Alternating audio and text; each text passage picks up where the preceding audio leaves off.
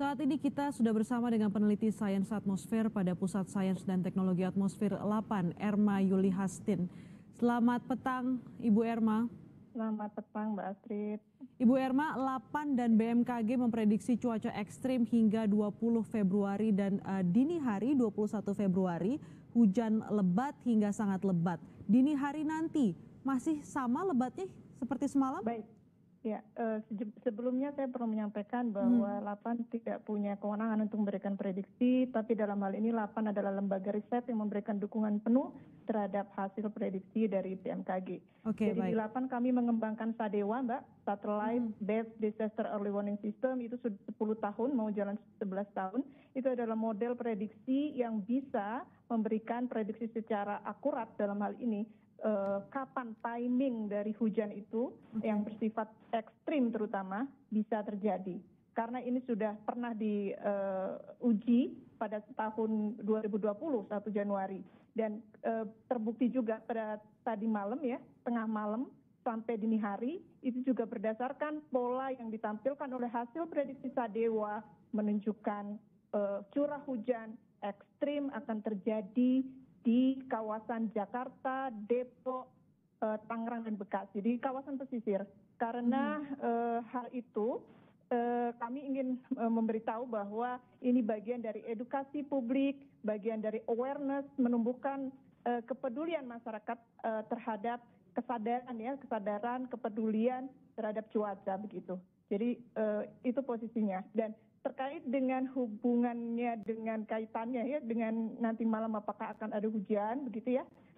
Nah itu kami sudah sampaikan juga bahwa pola ini berulang, Mbak. Jadi dari sejak tanggal 18, 19, 20, 21 bahkan 22 itu selalu ada mekanisme yang disebut dengan hujan dini hari yang peak. Jadi peak itu maksudnya bahwa hujan itu terjadi secara maksimum begitu ya, dalam satu hari itu hujan paling tinggi intensitasnya itu ada pada dini hari. Tetapi perlu kami informasikan juga bahwa kita sudah melewati threshold ekstrim. Jadi ekstrim itu sudah terjadi tadi malam dini hari, dan untuk kondisi besok tanggal 21 ya, hari Minggu pagi atau dini hari itu ada pengurangan dalam segi intensitas. Dan yang kedua juga dalam hal durasi. Jadi ini perlu dipahami bahwa ada pengurangan yang signifikan. Jadi hujan tidak lagi seperti polanya yang ditunjukkan oleh ekstrim gitu ya, kejadian ekstrim yang tadi pagi itu. Kemudian bagaimana dengan tanggal 22 dini harinya? Dini hari juga ada pola yang sama tetapi jauh lebih berkurang lagi. Namun satu hal yang tepat bahwa konsentrasi hujan itu ada di DKI Jakarta, gitu ya. Nah, mengapa ini terjadi? Karena ada penguatan yang kami sebut dengan background wind. Background wind ini adalah angin dari utara yang persis lokasinya dari utara Jakarta. Nah, penguatan dari background wind ini itu mencapai puncaknya kemarin itu. Jadi tanggal 20 malam hari. Dini hari tadi atau 19 malam gitu. Itu peningkatan yang paling tinggi dari background wind, jadi sampai mencapai 8 meter per detik. Nah, untuk bagaimana dengan proyeksi ke depannya? Proyeksi ke depannya background wind ini turun terhadap waktu begitu ya, sehingga ya itu tadi bahwa itu tidak akan terjadi.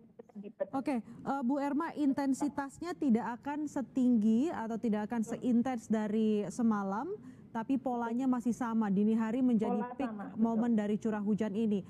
Bisa dipastikan dari tadi Ibu Erma menyebutkan bahwa SADEWA-nya 8 ini bisa memprediksi jam-jamnya lebih tepat dan akurat begitu.